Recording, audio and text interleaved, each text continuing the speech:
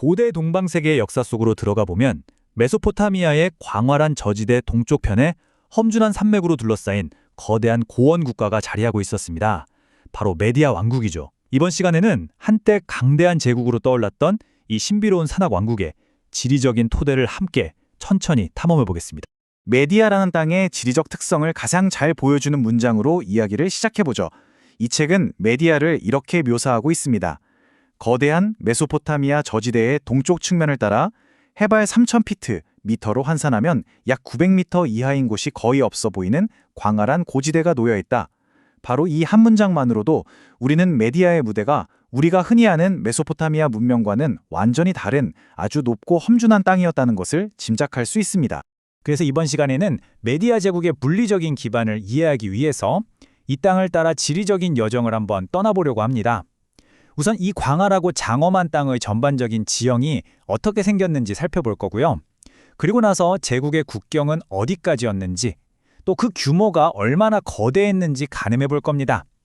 다음으로는 이 건조한 땅의 생명줄이었던 강과 호수를 알아보고 주요 고대 도시들의 흔적을 따라가 본 뒤에 마지막으로 메디아를 둘러쌌던 주변 국가들과는 어떤 관계를 맺고 있었는지 살펴보겠습니다.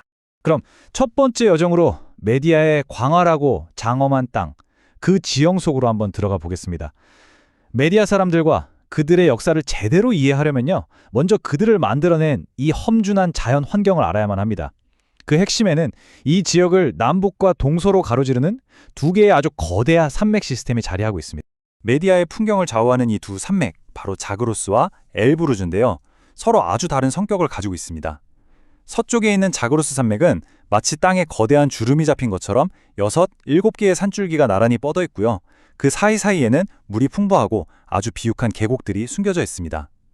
반면에 북쪽의 엘브루즈 산맥은 하나의 거대하고 날카로운 능선으로 우뚝 솟아 있어요. 폭이 좁고 가파르다 보니까 여기서 시작되는 강들은 규모가 작아서 여름에는 종종 물이 마르지도 했습니다. 하지만 이 엘브루즈 산맥은 히말라야 서쪽의 아시아 최고봉으로 알려진 데마밴드라는 압도적인 봉우리를 품고 있기도 하죠. 특히 이 자그로스 산맥의 역사적, 전략적 중요성은 아무리 강조해도 지나치지 않습니다. 험준한 지형은 그곳에서 살아남기 위해 강인함을 요구했고, 이것은 곧 강력한 전사 부족들을 키워내는 자양분이 되었습니다. 이 책의 표현을 빌리자면 자그로스는 강건하고 활기찬 사람들의 요람이자 정복자들에게는 걸림돌이었으며 모든 강력한 제국의 옆구리에 박힌 가시와 같았습니다. 아시리아나 페르시아 같은 당대의 최강 대국들조차도 이 천연의 요새를 완전히 정복하는 데에는 정말 큰 어려움을 겪었죠. 자, 이제 메디아의 심장부와도 같은 아주 중요한 지역으로 눈을 돌려보겠습니다.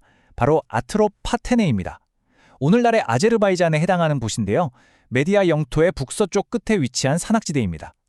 거대한 우르미아 호수 유역 전체를 아우르는 이 지역은 전반적으로는 꽤 척박하지만 호수 주변과 아락세스강 하류에는 놀라울 정도로 비옥한 땅이 펼쳐져 있었습니다. 역사적으로 이것은 메디아인들의 첫 번째 보금자리, 즉 그들의 발상지로 여겨지는 아주 상징적인 곳입니다. 지금까지 메디아의 험준한 산악 지형을 쭉 살펴보았는데요. 그렇다면 이 거대한 산과 계곡들이 실제로 어느 정도의 영토를 형성했을까요? 이제 제국의 윤곽을 그리면서 그 국경은 어디였는지, 그리고 그 규모가 얼마나 압도적이었는지 구체적으로 한번 들여다보겠습니다. 메디아의 국경을 머릿속에 지도를 그리듯 한번 따라가 보면 대부분 자연지형에 의해서 명확하게 구분됩니다. 북쪽으로는 아락세스강과 카스비해 남쪽의 산맥이 거대한 벽처럼 버티고 있고요. 서쪽으로는 자그로스 산맥의 중심부가 경계를 이루죠. 동쪽으로 가면 카스비의 문이라고 불렸던 험준한 고개와 끝없이 펼쳐진 거대한 소금 사막이 자연적인 방어선이 되어주었습니다. 그런데 참 흥미로운 점은 남쪽으로는 이웃한 페르시아와 뚜렷한 자연 경계가 없었다는 겁니다. 대략 북위 32도선을 기준으로 두 나라가 마주하고 있었을 것으로 추정될 뿐입니다. 이렇게 형성된 메디아의 총 면적은 약 15만 평방마일에 달했습니다. 제곱킬로미터로 환산하면 거의 40만 제곱킬로미터에 가까운 어마어마한 넓이죠. 이 숫자가 선뜻 감이 잘 오지 않으실 텐데요. 당시 세계와 오늘날의 기준으로 이것이 얼마나 거대한 규모였는지 바로 다음 장에서 비교해 보겠습니다. 여기 비교를 보시면 메디아의 규모가 훨씬 실감나게 다가옵니다. 그 면적은요, 당시 메소포타미아의 강국이었던 아시리아와 칼데아를 합친 것보다도 더 컸습니다. 현대 유럽 국가들과 비교해보면 영국 제도 전체보다 약 20% 더 넓고요. 프로이센이나 이탈리아 반도의 1.5배, 프랑스 영토의 4분의 3, 그리고 독일의 5분의 3에 해당하는 거대한 영토였습니다. 이처럼 압도적인 영토는 메디아가 고대 동방세계에서 인류 강대국으로 발돋움할 수 있는 충분한 기반이 되어주었던 것이죠. 그런데 이 거대한 메디아의 풍경은요, 아주 극적인 두 얼굴을 가지고 있었습니다. 1년 대부분은 거대한 회색 바위와 끝없는 갈색 흙먼지가 가득한 황량하고 삭막한 모습입니다. 이곳을 지나는 여행자에게는 깊은 슬픔과 피로감을 안겨주는 그런 불모의 땅이었죠.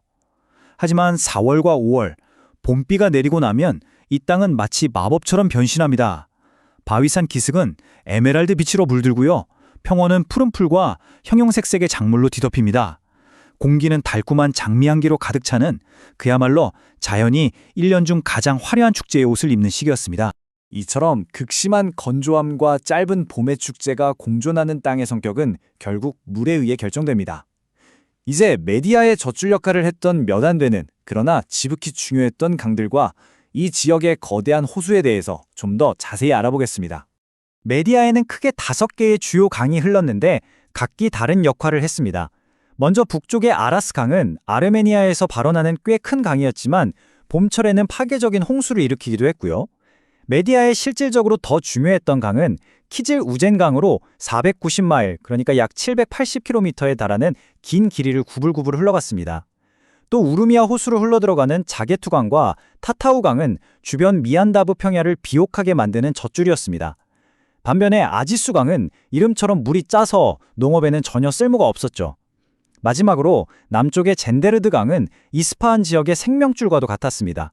이 강 덕분에 이 지역은 고원지대에서는 보기 드문 울창한 숲경관을 가질 수 있었죠. 여기서 정말 흥미로운 점은 이란 고원 전체가 가진 독특한 수문학적 특징입니다. 이곳의 강들은요, 우리가 아는 대부분의 강처럼 바다로 흘러가지 않습니다. 모든 강줄기는 결국 내륙에 있는 호수에서 끝나거나 사막의 모래 속으로 스며들어 사라져버리는 이른바 폐쇄 유역 구조를 가집니다. 이것은 물과 영양분이 외부로 빠져나가지 않고 내부에 집중된다는 의미이기도 해서요. 어떤 특정 지역에는 놀라운 비옥함을 선사하는 한편 다른 곳에는 염분이 쌓인 불모지를 만들기도 하는 이 땅의 운명을 결정하는 아주 핵심적인 요소였습니다. 메디아 최대의 수역은 바로 우르미아 호수였습니다. 길이가 80마일, 약 130km에 달하는 이 거대한 호수는 아이러니하게도 생명이 없는 물이었습니다. 염도가 사해와 비슷할 정도로 너무 높아서 어떤 물고기도 살 수가 없었죠. 폭풍이 지나간 후에는 죽음과 같은 깊은 고요함이 찾아오는 것이 특징이었다고 합니다. 하지만 그 모습은 역설적으로 매우 아름다워서 맑고 짙은 푸른색을 띠었기 때문에 푸른 바다라는 별명으로 불리기도 했습니다. 또 그 거대한 크기와는 달리 평균 수심은 약 4m 정도로 매우 얕다는 점도 독특한 특징입니다. 자, 이제 메디아의 도시들을 한번 살펴보겠습니다. 로마나 바빌론처럼 거대한 도시들을 빽빽하게 건설하기보다는 메디아인들은 소수의 핵심적인 도시를 권력과 문화의 중심지로 발전시키는 경향이 있었습니다. 그 중에서도 가장 중요했던 도시들을 만나보시죠. 메디아에서 가장 중요한 도시는 흥미롭게도 엑바타나라는 같은 이름을 가진 두 곳이었습니다. 하나는 남부에 위치해서 메디아 본토, 즉 메디아 마그나의 수도 역할을 했고요. 다른 하나는 북부의 아트로파트네 지방의 중심 도시였습니다. 왜 두 중요한 도시가 같은 이름을 가졌는지는 지금도 여전히 역사가들에게 흥미로운 질문으로 남아 있습니다. 남부 엑바타나는 현대의 하머단 지역에 위치해 있었습니다. 이 도시의 가장 큰 자랑거리는 단연 그 웅장하고 화려했던 궁전입니다. 역사가 폴리비우스의 기록에 따르면 궁전의 둘레만 무려 1.3km가 넘었다고 합니다. 한번 상상해보세요. 백향목과 사이프러스 나무로 만든 수많은 기둥들이 얇은 금판과 은판으로 번쩍이고 지붕은 온통 은으로 만든 기와로 덮여 있었다고 하니 그 화려함이 어땠을지 짐작이 가시죠? 이러한 화려한 목조 건축 양식은 훗날 페르세폴리스 같은 페르시아 궁전 건축에 아주 지대한 영향을 미쳤을 것으로 보입니다. 그런데 이렇게 화려했지만 참 흥미롭게도 이 도시는 거대한 성벽 없이 요새화된 성체 하나의 방어를 의존하는 독특한 구조를 가지고 있었습니다. 이 편은 두 엑스바타나의 근본적인 차이를 아주 명확하게 보여줍니다. 남부 엑스바타나는 평지에 자리 잡아서 재료의 화려함으로 부와 권력을 과시했다면 북부 엑스바타나는 방어에 유리한 원뿔 모형 언덕 위에 위치해서 여러 색으로 칠해진 7겹의 성벽으로 견고함을 자랑했습니다. 이러한 지형과 구조의 차이는 두 도시가 서로 다른 전략적 목적과 환경 속에서 발전했다는 것을 암시합니다. 하나는 제국의 위용을 과시하는 수도였고 다른 하나는 험준한 북방을 지키는 요새였던 셈이죠.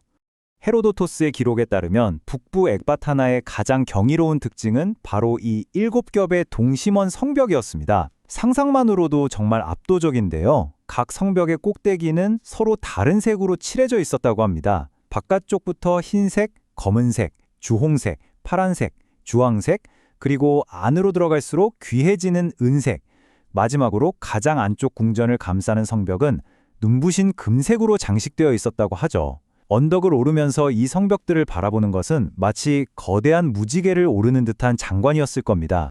두 엑바타나 외에도 메디아의 역사에 이름을 남긴 몇몇 중요한 도시들이 있었습니다. 먼저 라게스는 카스피문 근처에 위치한 아주 오래된 도시였고요. 바기스탄, 즉 오늘날의 베이스투는 거대한 암벽 조각으로 유명한 군주들의 위협을 기리는 기념비적인 장소였죠. 콘코바레에는 아르테미스 여신을 모시는 유명한 신전이 있었습니다. 그리고 아스바다는 당시에는 작은 외곽 도시에 불과했지만 훗날 페르시아의 가장 화려한 수도, 바로 이스파한으로 성장하게 됩니다. 하지만 이런 도시들이 있었음에도 불구하고 전반적으로 메디아인들은 거대한 도시에 모여 살기보다는 작은 마을에 흩어져 사는 것을 더 선호했던 것 같습니다. 자, 이제 마지막으로 메디아의 주변으로 시선을 넓혀보겠습니다. 어떤 국가도 고립된 섬이 아니듯이 메디아의 힘과 역사는 그 제국을 둘러싼 이웃 민족들과 그들이 살았던 지형에 의해서 끊임없이 영향을 받으며 형성되었습니다. 메디아의 이웃들은 과연 친구였을까요? 아니면 적이었을까요? 메디아의 북쪽과 서쪽 국경은 다양한 성격의 이웃들과 마주하고 있었습니다. 북쪽의 카스피해 연안 저지대는 땅은 비옥했지만 약탈을 일삼는 호전적인 부족들의 소굴이었고요.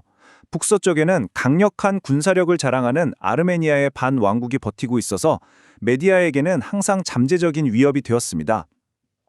반면에 서쪽의 자그로스 산맥 지역은 초기에는 외부의 침략을 막아주는 든든한 방패였다가 나중에는 메디아 군대의 핵심인 강인한 산악부족민과 최상급 기병마를 공급하는 아주 귀중한 자원의 보고가 되어주었죠. 이제 남쪽과 동쪽의 이웃들을 살펴보겠습니다.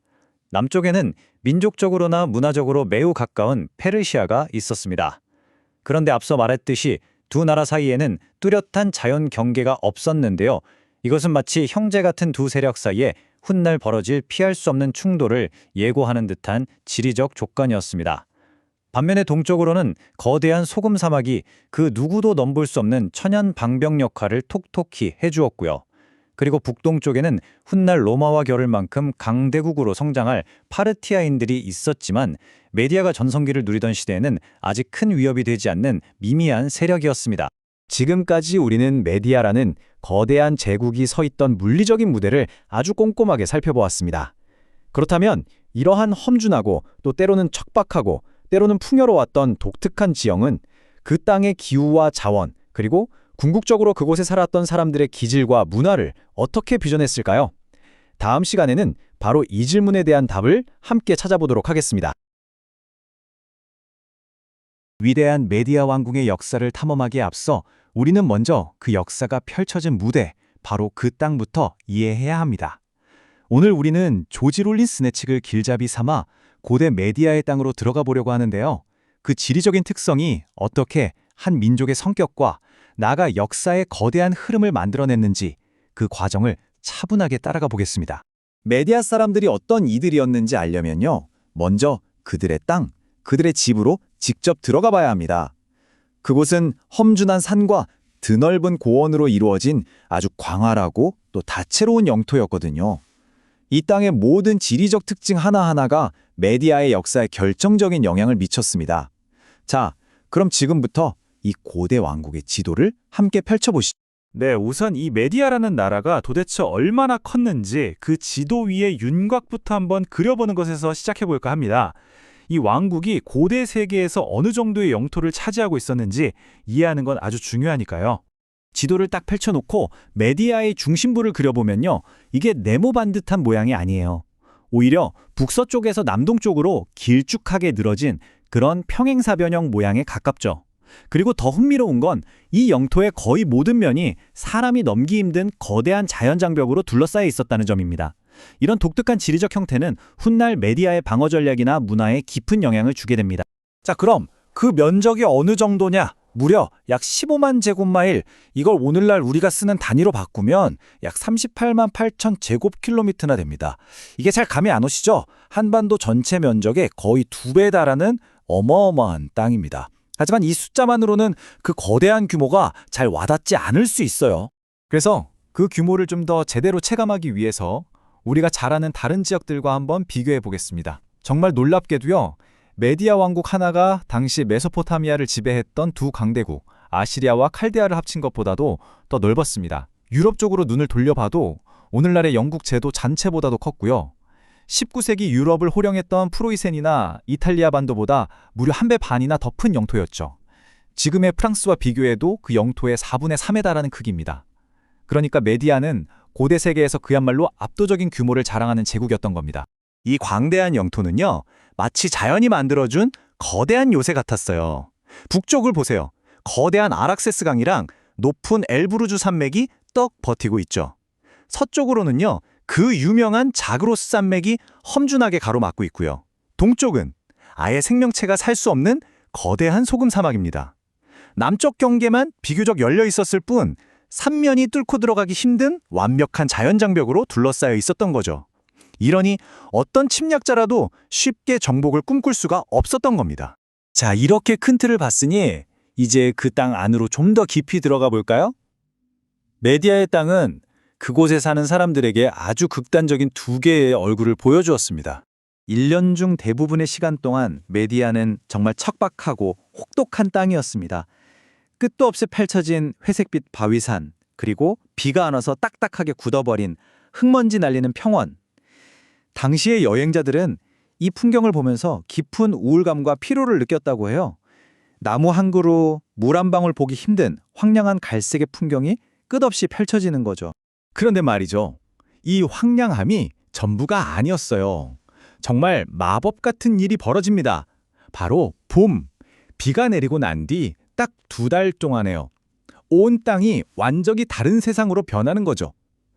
회색빛 산비탈은 눈부신 에메랄드 빛으로 물들고 메마른 땅에서는 온갖 풀과 작물들이 앞다투어 자라나고 마을 주변의 과일나무들은 화려한 꽃을 피우고 공기 중에는 달콤한 장미 향기가 가득했다고 합니다.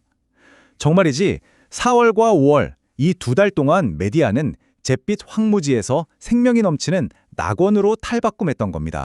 이런 계절적인 변화 말고도 1년 내내 풍요로운, 말 그대로 신의 축복을 받은 듯한 곳들도 있었습니다. 예를 들면 우루미아 호수 주변이나 린잔의 대계곡, 자그로스 산맥 깊은 골짜기 같은 곳들이죠. 이런 곳들은 흙이 워낙 좋아서 조금만 노력해도 엄청난 곡물과 과일을 수확할 수 있는 그야말로 오아시스 같은 땅이었습니다. 이렇게 메마른 땅에서 가장 중요한 게 뭘까요? 네, 바로 물이죠. 메디아의 생명줄은 몇 안 되는 중요한 강과 거대한 호수 하나에 온전히 달려 있었습니다. 이 척박한 고원 땅에서 문명이 꽃필 수 있었던 건 순전히 이 몇 개의 강 덕분이었습니다. 북쪽 국경의 아라스강부터 중심부를 흐르는 키질 우젠강, 이스파한의 젖줄인 젠데루드강까지. 이 강들은 그냥 물줄기가 아니었어요. 강이 흐르는 곳에만 비옥한 땅이 생기고 사람이 모여 마을을 이루고 도시를 세울 수 있었으니까요. 말 그대로 생명의 젖줄이었던 셈이죠. 이 강들이 없었다면 메디아의 역사도 없었을 겁니다. 여기서 아주 재미있는 지리적 특징이 하나 있는데요. 메디아의 강들은 그 어느 것도 넓은 바다, 그러니까 대양으로 흘러가지 못한다는 점입니다. 전부 내륙의 카스피해나 거대한 우르미아 호수로 흘러들어가거나 아니면 그냥 거대한 사막 한가운데서 증발해버려요. 이게 뭘 의미할까요? 바로 이 지역이 외부 세계와는 단절된 거대한 하나의 닫힌 세계였다는 걸 보여주는 거죠. 그리고 이 닫힌 세계의 중심에는 우르미아라는 거대한 호수가 있었어요. 길이가 130km가 넘는 엄청난 크기인데 물에 소금기가 너무 많아서 물고기 한 마리 살지 못하는 죽음의 호수였습니다. 심지어 거센 폭풍이 불어도 파도가 높게 일지 못하고 폭풍이 멎으면 금세 깊고 무거운 죽음과 같은 잠에 빠져드는 것처럼 고요해졌다고 묘사될 정도예요. 이렇게 생명 없는 죽음의 호수였지만 아이러니하게도 그 물빛은 수정처럼 맑고 깊은 푸른색을 띠었다고 합니다. 너무나 아름다워서 고대 아르메니아 사람들은 이 호수를 카포탄조, 우리말로 푸른 바다라고 불렀대요. 그 이름 속에 생명은 없지만 아름다움을 간직한 이 호수의 이중적인 모습이 그대로 담겨 있는 것 같죠? 자, 이렇게 자연이 빚어낸 무대를 둘러봤으니 이제 인간이 만든 권력의 중심지, 전설로 가득한 메디아의 도시들을 한번 찾아가 보겠습니다. 보통 메소포타미아 문명하면 거대한 도시들을 떠올리잖아요. 그런데 메디아 사람들은 좀 달랐어요. 웅장한 도시를 짓는 것보다는 넓은 땅에 흩어져서 작은 마을 단위로 사는 걸 더 좋아했거든요. 하지만 그렇다고 도시가 아예 없었던 건 아니에요. 그들이 세운 몇 안 되는 수도는 그 화려함과 웅장함 때문에 고대 세계 전체에 아주 유명한 전설이 되었습니다. 그 전설의 중심에는 엑바타나라는 이름의 도시가 2개나 있었습니다. 남쪽에 하나, 북쪽에 하나. 고대의 기록들을 보면 이 두 도시를 헷갈려 하는 경우가 아주 많아요. 남부 엑바타나는 오늘날 이란의 하마단이라는 곳이고, 북부 엑바타나는 지금은 타크트 이 술레이만 유적지로 남아있는 곳으로 추정됩니다. 먼저 남쪽 수도 하마단에 있었던 궁전은 정말 어마어마한 부의 상징이었습니다. 이 궁전이 특별했던 건 건축 재료 때문인데요. 튼튼한 돌 대신 귀한 삼나무나 사이프러스 나무로 기둥과 들보를 만들고 그 위에 얇은 금판과 음판을 겹겹이 입혔어요. 심지어 지붕 기와까지 전부 은으로 만들었죠. 이건 섬세하고 아름다운 예술이라기보다는 우리가 이만큼 부자다라고 과시하는 어떻게 보면 좀 야만적일 정도의 호화로움이었어요. 메디아 사람들의 기질이 엿보이는 부분이죠. 그런데 우리가 역사책에서 배운 유명한 이야기 있잖아요. 역사가 헤로도토스가 묘사했던 7겹의 무지개색 성벽을 가진 도시. 그 도시는 대체 어디였을까요? 방금 말씀드린 평지에 있는 이 남부 엑바타나와는 모습이 전혀 다르거든요. 학자들은 이 전설적인 도시가 바로 북부 엑바타나였을 거라고 생각합니다. 원뿔 모양의 언덕 위에 세워진 도시였는데 성벽이 동심원으로 7겹이나 둘러싸고 있었어요. 그리고 각 성벽의 꼭대기, 흉벽 부분을 서로 다른 색으로 칠한 거죠. 가장 바깥쪽부터 흰색, 검은색, 주홍색, 파란색, 주황색, 그리고 은색과 금색까지. 상상만 해도 정말 환상적인 모습이었을 것 같아요. 그 가장 높은 중심에 왕궁과 보물창고가 있었고요. 이 두 수도 말고도 중요한 곳들이 더 있었습니다. 라게스라는 도시는 동쪽 국경을 지키는 중요한 군사도시였고, 바비스탄이라고 불렸던 곳의 거대한 바위 절벽은 훗날 왕들이 자신의 승리를 기록하는 거대한 게시판처럼 사용되었습니다. 자, 이제 마지막으로 지도를 좀 더 넓게 펼쳐서요. 이 메디아라는 나라가 고대 세계의 지정학적 무대 위에서 어떤 위치에 있었는지 한번 살펴보겠습니다. 메디아는 마치 장기판의 중심에 놓인 왕 같았어요. 사방이 아주 성격이 다른 이웃들로 둘러싸여 있었거든요. 북쪽에는 틈만 나면 쳐들어오는 약탈부족들이 살고 있었고, 북서쪽과 서쪽에는 아르메니아와 아시리아라는 아주 강력한 라이벌 국가들이 버티고 있었죠. 남쪽에는 그나마 말이 통하는 동족인 페르시아가 있었지만 뚜렷한 국경은 없었고요. 다양히 동쪽은 거대한 소금 사막이 천연 방패 역할을 톡톡히 해줬습니다. 결국 이 독특한 지리적 환경, 그러니까 외부로부터는 잘 보호되어 있지만 내부적으로는 척박하고 끊임없이 주변의 위협에 시달려야 했던 이 땅이 바로 메디아라는 민족의 성격을 만들어낸 용광로였던 셈입니다. 이 혹독한 환경이 그들을 강인하고 호전적이며 결국에는 정복을 꿈꾸는 민족으로 만들어낸 거죠. 그들의 역사가 앞으로 어떻게 펼쳐질지에 대한 단서는 바로 이 땅의 모습 속에 이미 다 들어있었다고 할 수 있겠습니다. 조지 롤린슨에 져서 고대 동방의 7대 군주국을 통해 메디아의 역사를 탐구하는 여정, 오늘 그 3번째 이야기를 시작하겠습니다. 지난 시간에는 우리가 메디아의 땅, 그러니까 그 험준한 지형을 함께 둘러봤었죠. 이제 우리의 시선은 그 땅 위에서 문명을 일구었던 사람들, 바로 메디아인들은 과연 어떤 사람들이었는지 그 이야기 속으로 향합니다. 그렇습니다. 우리가 지난 시간에 이야기했던 산과 고원 같은 말하자면 무대의 배경에서 벗어나서요. 이제 그 무대의 진짜 주인공이었던 사람들은 과연 어떤 모습이었고 어떻게 살았는지 그 인간적인 부분에 초점을 맞춰보려고 합니다. 그래서 오늘 우리가 계속해서 품고 가야 할 가장 핵심적인 질문은 바로 이것일 겁니다. 도대체 메디아인들은 누구였을까? 그들의 겉모습부터 시작해서 그들이 가슴 깊이 품었던 신념에 이르기까지 이 질문에 대한 답을 하나씩 찾아 나가 보겠습니다. 메디아 문명이라는 커다란 그림을 한번 그려보기 위해서요. 우선 그들의 외모나 성격 같은 특징부터 시작해서 전쟁할 때와 평화로울 때의 삶의 모습은 어떻게 달랐는지 살펴볼 겁니다.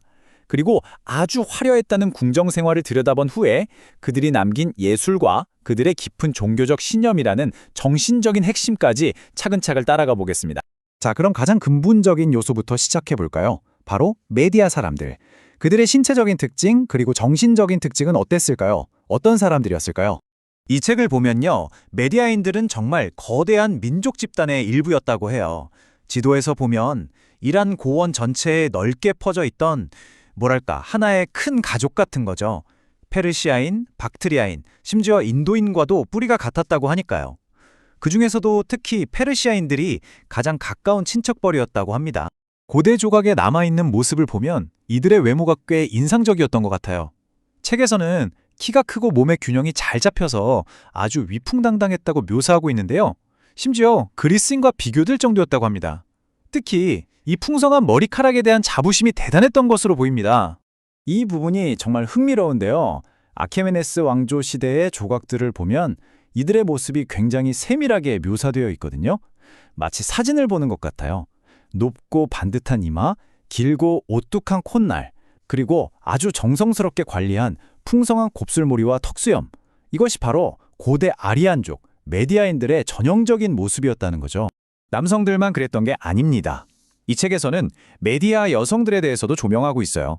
페르시아 여성들처럼 메디아 여성들도 그 아름다움으로 굉장히 유명했다고 해요. 이걸 보면 아마도 당시 사회가 여성들이 신체적으로 건강하게 성장할 수 있는 환경을 제공했던 게 아닐까? 그렇게 짐작해 볼 수 있겠습니다. 자, 외모는 이렇고요. 그럼 그들의 성격, 기질은 어땠을까요? 후대의 로마 역사가가 남긴 이 한마디가 모든 걸 말해주는 것 같습니다. 호전적이고 가공할 만한 민족. 아주 강력한 평가죠? 고대 세계에서 메디아인들이 어떤 이미지였는지 단적으로 보여주는 문장입니다. 그런데 이들의 모습이 처음부터 끝까지 똑같지는 않았던 것 같아요. 이 책을 보면 제국이 성장하면서 나타나는 전형적인 변화를 이들도 겪었다고 설명합니다. 초기에는 아주 용맹하고 소박하고 거친 전사들이었죠. 그런데 제국이 커지고 부유해지면서 점차 사치스러워지고 화려한 걸 좋아하게 되고 좀 더 부드러워지는 그런 변화를 겪었다는 겁니다. 역사를 보면 이런 제국들이 참 많았죠. 하지만 그 용맹함 뒤에는 어두운 면도 분명히 있었습니다. 이 책은 이들의 전쟁 방식이 굉장히 잔인했다고 기록하고 있어요. 단순히 무언가를 빼앗기 위해서가 아니라 복수심에 불타서 적들을 대했다는 거죠. 그래서 전투에 참여한 군인들은 물론이고 아무 상관없는 민간인들까지도 끔찍한 일을 당하는 경우가 많았다고 합니다. 자, 그럼 이제 이런 성격을 가진 메디아인들의 구체적인 삶의 모습을 좀 더 들여다볼까요? 전쟁터에서는 어떤 모습이었고 평화로운 시기에는 또 어떻게 살았는지 그들의 관습을 한번 살펴보겠습니다. 역사가 헤로도터스의 기록에 따르면 페르시아 군대에 속해 있던 메디아 병사들의 무장은 상당히 체계적이고 정교했다고 해요. 이걸 보면 자신들이 정복했던 아시리아의 선진 군사 기술을 받아들인 게 분명해 보입니다. 머리에는 부드러운 펠트 모자를 쓰고 몸에는 소매가 달린 튜닉이나 비늘 갑옷을 입고 바지를 착용했죠. 그리고 아주 커다란 고리버들 방패로 몸을 보호했다고 합니다. 무기는 창이나 단검 같은 것도 물론 썼지만요. 초기 메디아 군대를 생각할 때 절대 빼놓을 수 없는 것, 그들의 힘과 공포의 원천은 바로 활이었습니다. 특히 말을 타면서 활을 쏘는 이 기마공술이야말로 이들을 당대 가장 위협적인 군대 중 하나로 만든 비결이었죠. 그러니까 우리가 초기 메디아 군대를 상상할 때는요, 창칼을 들고 빽빽하게 서 있는 보병 부대를 떠올리면 안 됩니다. 그보다는 드넓은 평원을 질주하는 기마 부대를 생각해야 해요. 마치 스키타이인들처럼요. 말을 타고 달리면서 심지로 후퇴하는 척하면서도 뒤를 향해 정확하게 화살을 날리는 그런 모습을 상상해보면 적들이 얼마나 공포에 떨었을지 짐작이 가죠. 자, 전쟁터의 모습은 이쯤 하고요. 이제 평화로운 시기로 돌아와 보죠. 이들의 옷차림은 어땠을까요? 페르시아 유적의 부조를 보면 아주 특징적인 옷이 계속 등장하는데요. 바로 메디아 의복이라고 불리는 겁니다. 이건 그냥 옷이 아니었어요. 그 사람의 우아함과 사회적 지위를 보여주는 상징과도 같았죠. 보시면 아시겠지만 굉장히 화려합니다. 색깔도 보라색, 주홍색처럼 아주 강렬한 색을 썼고요. 재질은 주로 비단이었는데 속이 비칠 정도로 얇고 고급스러웠다고 해요. 허리띠로 한번 조여서 멋을 내고 신발까지 신경 써서 신었으니 이들의 패션 감각이 보통이 아니었음을 알 수 있습니다. 옷만 그런 게 아니었어요. 몸을 꾸미는 기술도 아주 발달했습니다. 화장품으로 피부톤을 보정하고 가발로 머리를 더 풍성하게 만들고 눈화장으로 눈을 더 크고 강렬하게 보이게 했죠. 거기에 목걸이, 팔찌, 귀걸이 같은 금 장신구까지. 어떻게 보면 인공적인 아름다움이라고 할 수도 있겠지만 그만큼 자신을 꾸미는 데 진심이었던 사람들인 것 같습니다. 자, 이렇게 화려하게 꾸민 메디아인들, 그중에서도 최고 권력층이 모여 사는 궁전은 어떤 모습이었을까요? 이제 엑밭 하나에 있었다는 메디아 궁전 안으로 한번 들어가 보겠습니다. 궁정 생활의 꽃은 역시 연애겠죠. 메디아의 연애는 그 사치스러움으로 아주 유명했다고 합니다. 메인 요리뿐만 아니라 수많은 곁들임 요리와 다양한 소스가 함께 나왔다고 하고요. 귀한 손님이 오면 일부러 음식 가짓수를 더 늘려서 대접하는 풍습도 있었다고 하네요. 식문화가 상당한 수준이었던 거죠. 궁정의 일상은 굉장히 엄격한 규칙에 따라 돌아갔습니다. 특히 왕의 권위를 높이기 위한 의례들이 아주 복잡했는데요. 왕은 웬만해선 사람들 앞에 모습을 드러내지 않았고 왕을 만나려면 아주 복잡한 절차를 거쳐야만 했습니다. 그리고 왕 앞에서는 마치 신을 대하듯 엎드려 절을 해야 했죠. 모든 게 왕의 신비감과 권위를 극대화하기 위한 장치였습니다. 그럼 궁전 밖에서는 뭘 했을까요? 귀족들이 가장 즐겼던 오락은 바로 사냥이었습니다. 말을 타고 활과 창을 들고 사자나 곰, 멧돼지 같은 맹수들을 쫓는 거죠. 이건 단순한 놀이가 아니었어요.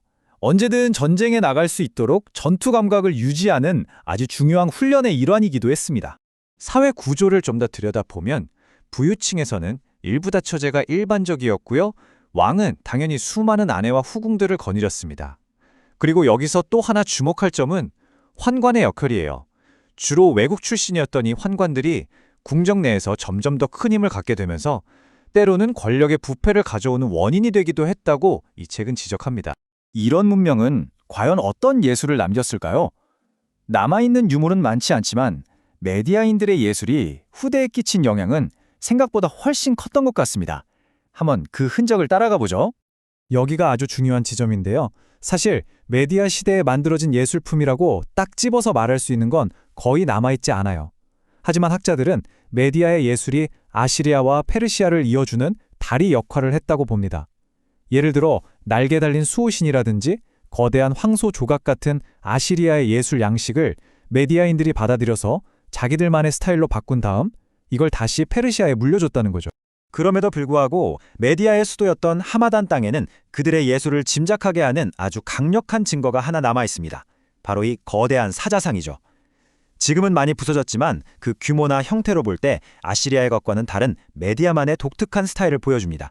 웅장하면서도 어딘가 좀 더 부드럽고 차분한 느낌이랄까요? 아마 현존하는 유일한 메디아 시대의 대형 조각품일 겁니다. 자, 이제 메디아 문명의 가장 깊은 곳으로 들어가 볼 시간입니다. 그들의 정신세계, 즉 종교에 대한 이야기입니다. 이들의 신앙이 어떻게 탄생하고 변화했는지 그 놀라운 과정을 한번 따라가 보겠습니다. 이 책에 따르면 아주 먼 옛날에는 이란 지역에 살던 사람들이나 인도에 살던 사람들이나 비슷한 신을 믿었다고 해요. 자연의 힘을 신격화해서 숭배하는 그런 다신교였죠. 그런데 어느 순간 이란 지역에서 종교적인 대혁명이 일어납니다. 세상의 모든 신적인 존재들을 선한 편과 악한 편으로 나누기 시작한 거예요. 그리고 마침내 이 모든 선한 존재들을 이끄는 단 하나의 위대한 신, 아후라 마즈다라는 개념에 이르게 됩니다.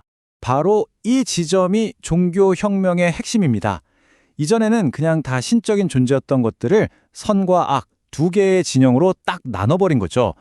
그래서 아수라는 선하고 순수한 존재, 즉 숭배의 대상이 되고 데바는 악하고 해로운 존재, 즉 싸워서 물리쳐야 할 대상이 됩니다. 세상이 선과 악의 거대한 전쟁터가 된 셈입니다. 이러한 생각은 역사상 가장 강력한 종교적 아이디어 중 하나로 발전하게 되는데요. 바로 세상을 선한 창조주와 그를 방해하는 악한 세력의 끊임없는 싸움으로 보는 관점, 즉 이원론입니다. 그리고 이 선한 세력의 정점, 모든 숭배의 최종 목적지에 있는 존재가 바로 아후라 마주다입니다. 모든 선한 것들의 근원이자 우주를 만들고 다스리는 단 하나의 위대한 지성. 이 개념은 우리가 아는 유유신 사상과 정말 놀라울 정도로 닮아있죠. 책에서 묘사하는 아후라 마즈다는 그냥 저 멀리 하늘에 있는 추상적인 신이 아니에요. 아주 구체적이죠. 모든 생명을 만들고 하늘과 땅과 물을 창조했으며 진리 그 자체이자 순수합의 주인이죠.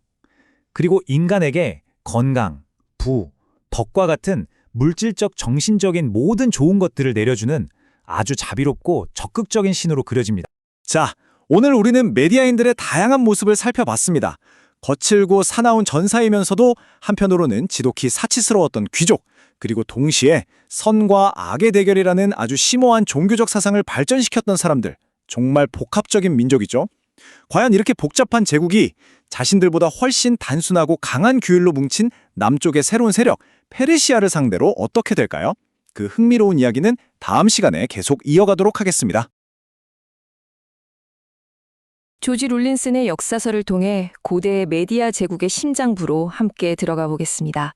이 책을 길잡이 삼아서 한때 아시아 전역을 호령했던 그 강력한 전사민족이 어떻게 사치와 향락에 물든 화려한 귀족으로 변모해 갔는지 그 과정을 차분히 따라가 보려고 합니다.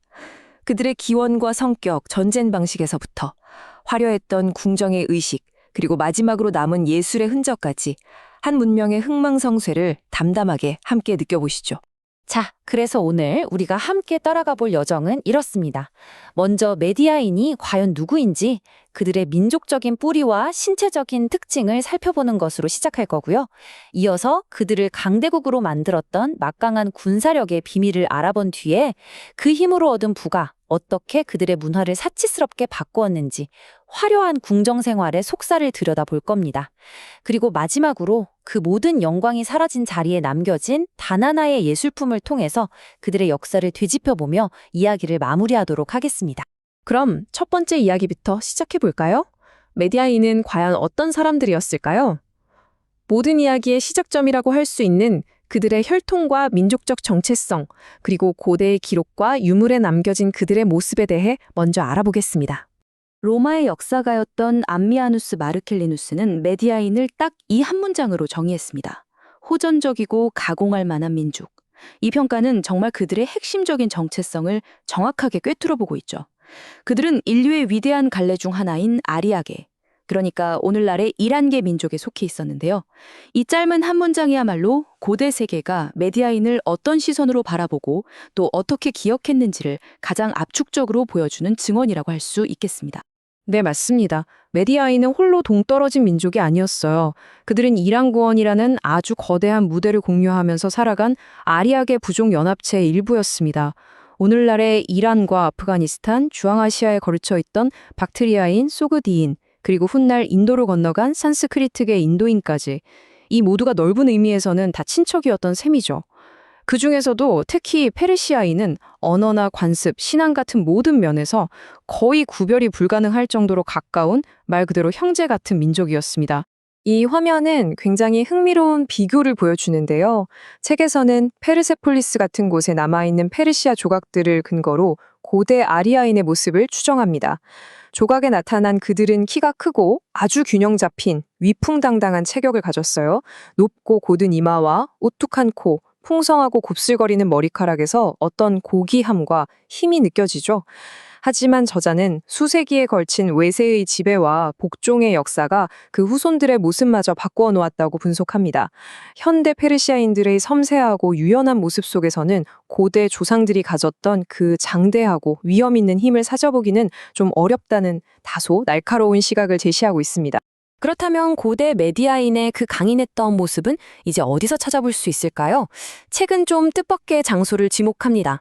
바로 문명화된 고원이 아니라 험준한 자그로스 산맥에 거주하는 쿠르드족이나 루르족입니다. 저자는 거친 자연 환경과 끊임없는 투쟁 속에서 살아남은 이들이야말로 도시의 안락함 속에서 부드러워진 고원 주민들보다 고대 아리아 전사의 모습을 더 순수하게 간직하고 있을 것이라는 아주 흥미로운 가설을 제시합니다. 메디아 여성들 또한 그 아름다움으로 고대 세계에 널리 알려졌다고 합니다. 그리스의 역사가 크세노포는 그들이 큰 키와 빼어난 미모를 자랑했다고 기록했죠. 책에서는 그 이유를 다른 초기 아리아계 민족들처럼 메디아 사회가 여성을 존중하는 일종의 기사도적인 문화를 가졌기 때문일 수 있다고 분석해요. 여성을 단순히 소유물로 보는 게 아니라 그들의 신체적, 정신적 발달을 장려하는 사회적인 분위기가 그들을 더욱 건강하고 매력적인 존재로 만들었다는 겁니다.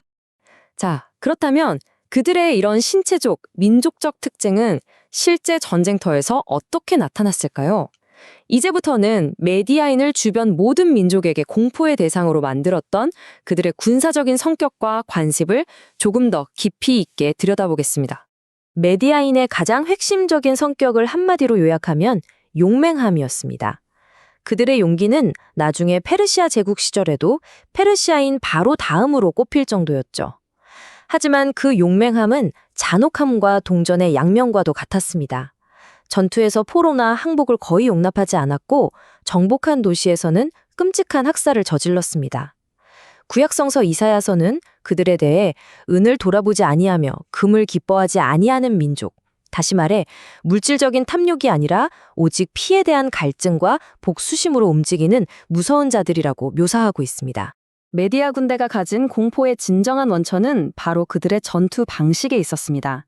그들은 당대 최광의 기마공수들이었어요. 마치 훗날의 몽골군처럼 그들은 말을 타고 질주하면서 전후좌우로 아주 자유자재로 활을 쏘았습니다. 적진을 향해 화살비를 퍼붓다가 거짓으로 후퇴하는 척하면서 뒤돌아 활을 쏘는 이른바 파르티안 샷의 원형을 보여주었죠. 이런 유연하고 예측 불가능한 전술 앞에 당시의 무거운 보병 중심 군대들은 정말 속수무책으로 무너졌습니다. 그들의 기병대가 언덕 위에서 나타나는 것은 적에게는 빠르고 치명적인 재앙의 시작을 의미했습니다. 헤로도토스의 기록을 통해서 살펴본 메디아 전사의 무장은 그들의 전투 방식에 완벽하게 맞춰져 있었습니다.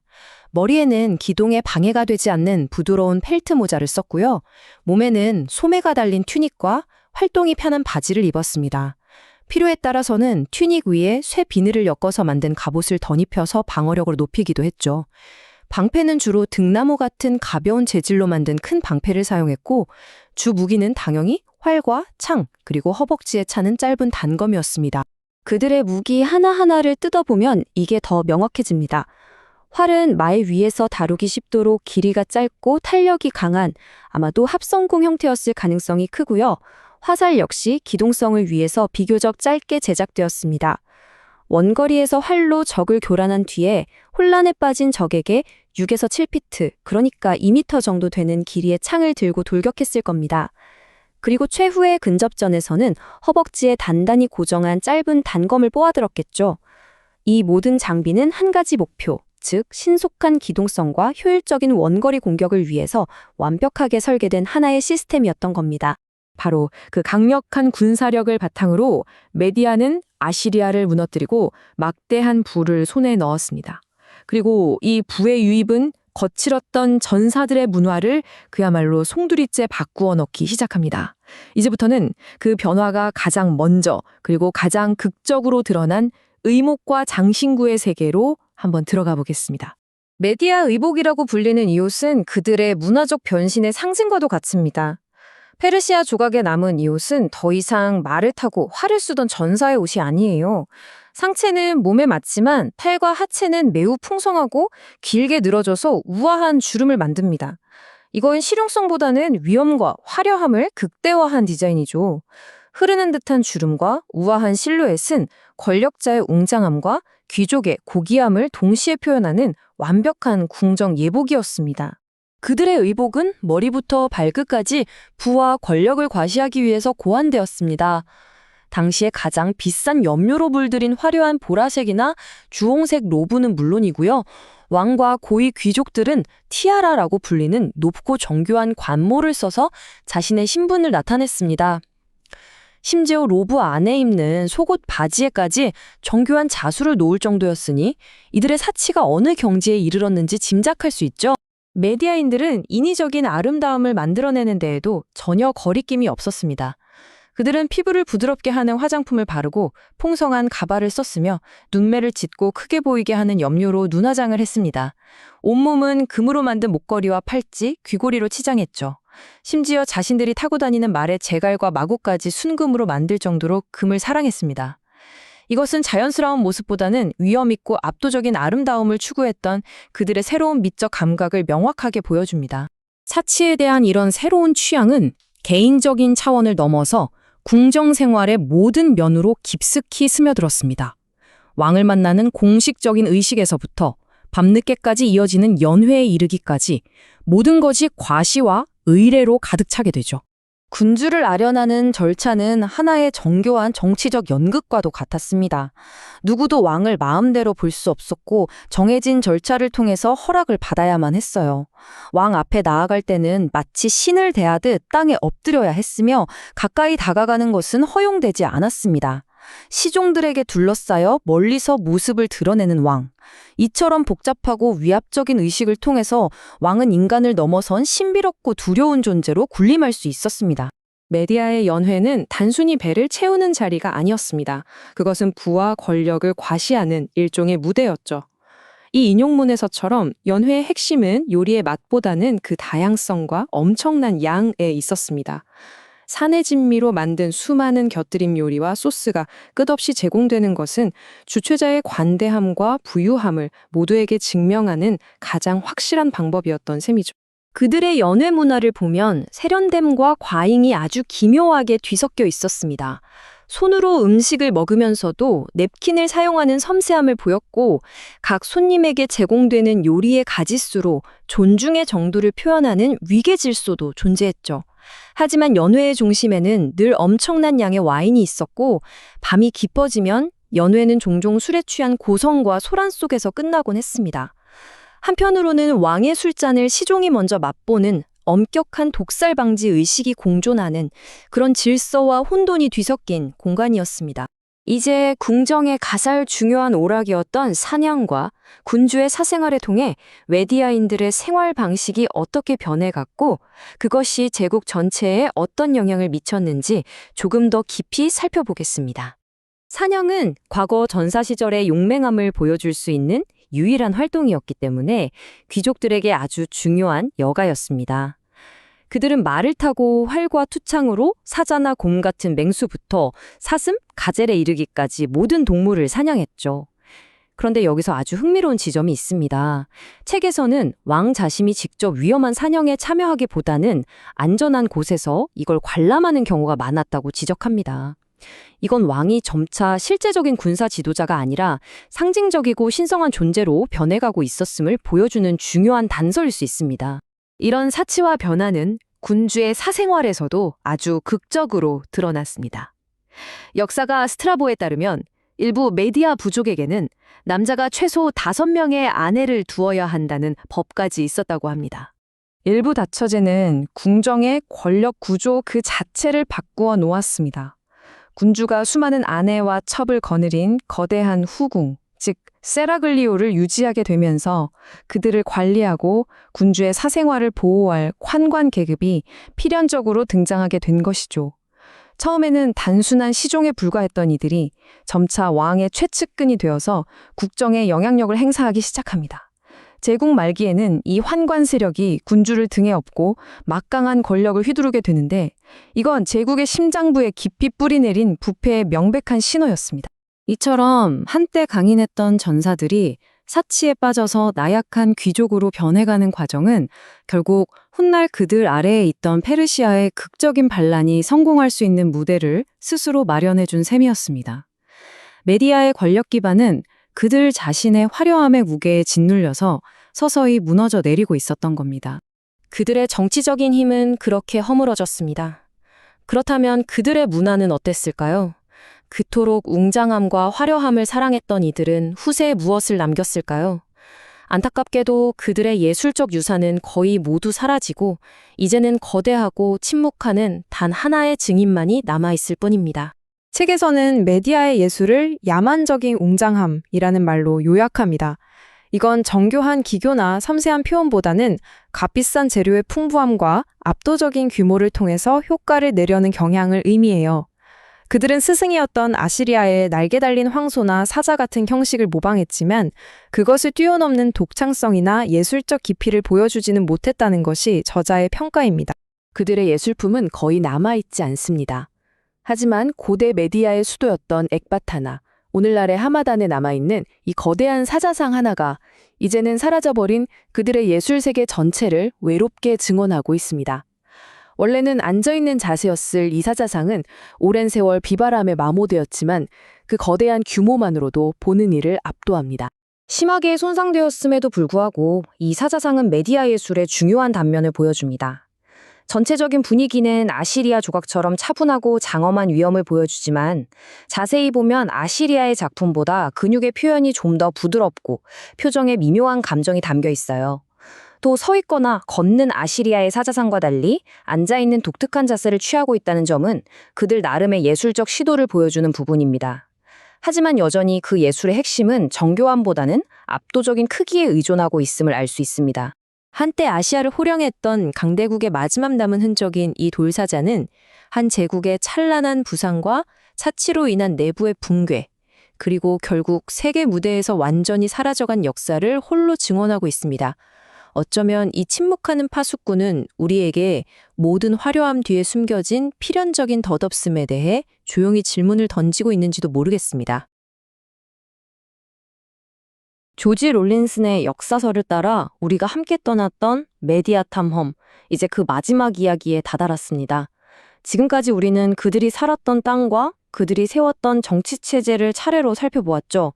이제 이 여정의 마지막에서는 메디아인 바로 그 사람들에게 온전히 초점을 맞춰보려고 합니다.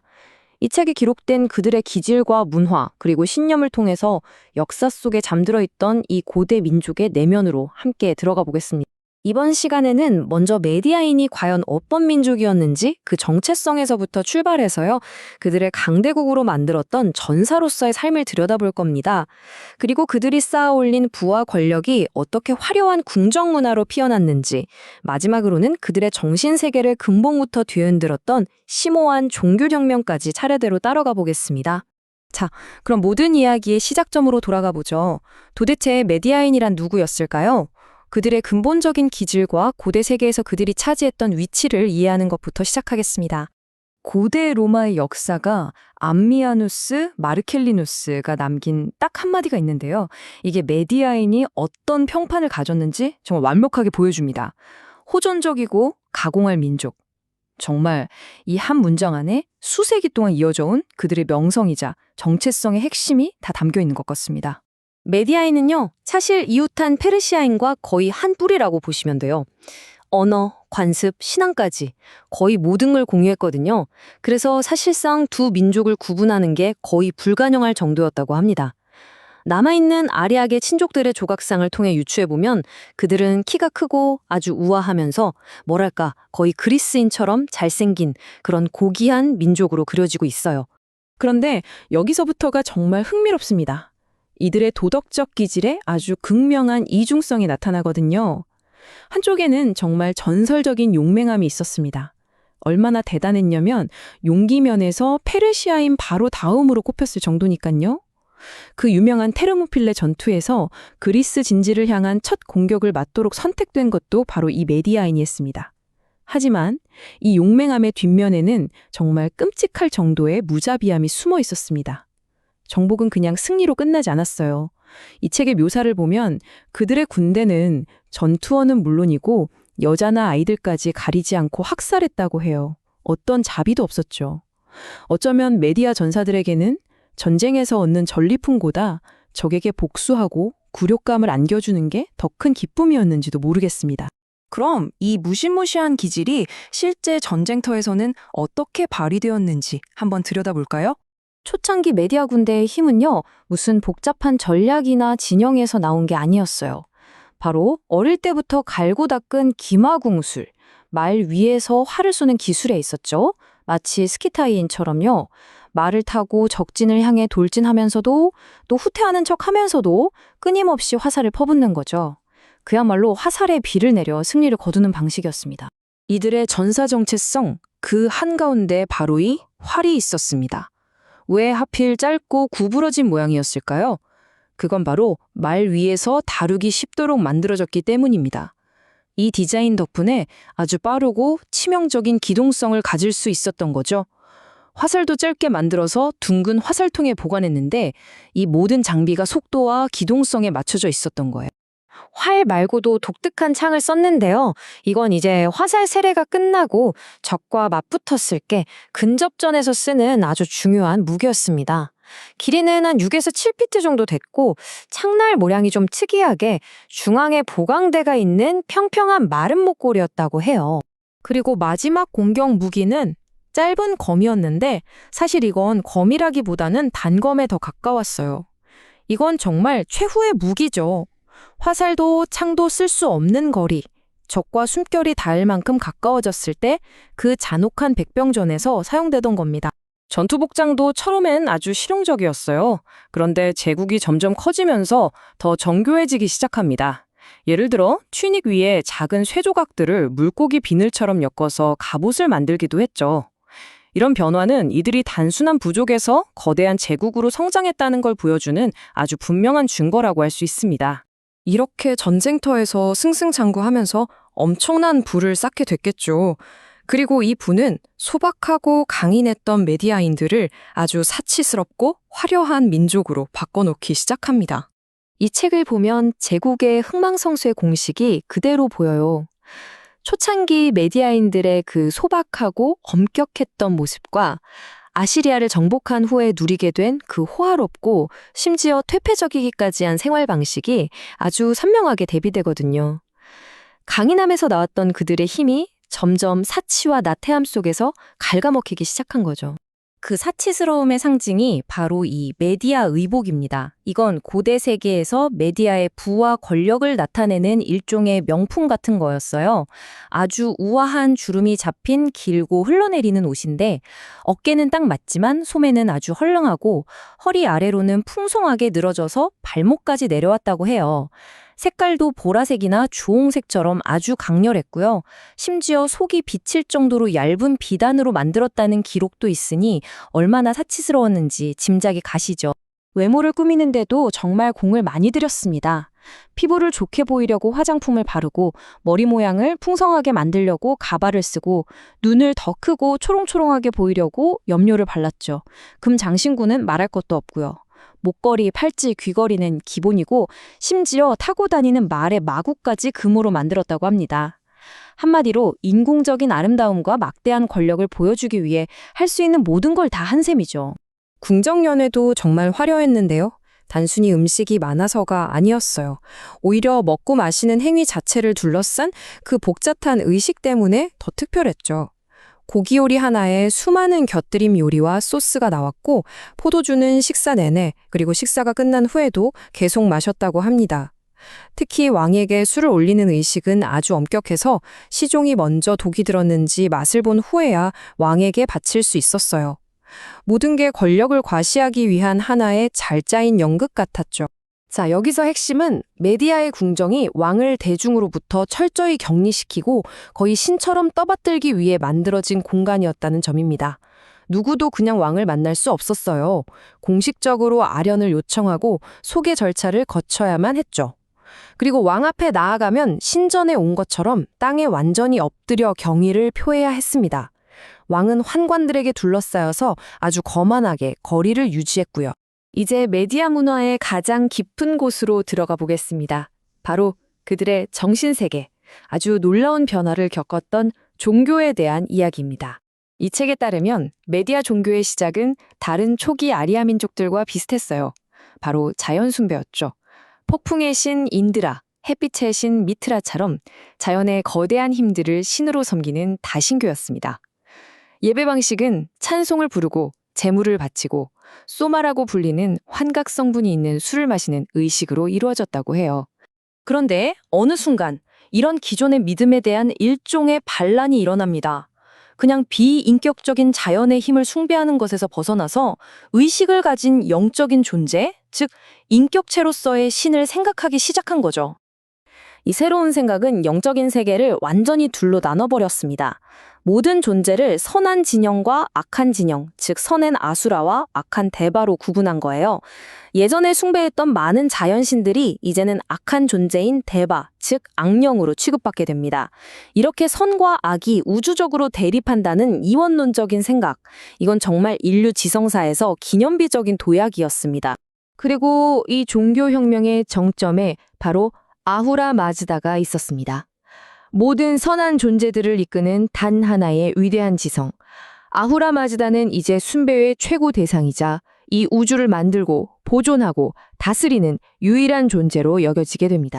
여기서 중요한 점은 아후라 마즈다가 그냥 멀리서 군림하는 무서운 신이 아니었다는 거예요. 오히려 모든 생명을 만든 자비로운 창조주이자 진리와 빛 그 자체로 여겨졌습니다.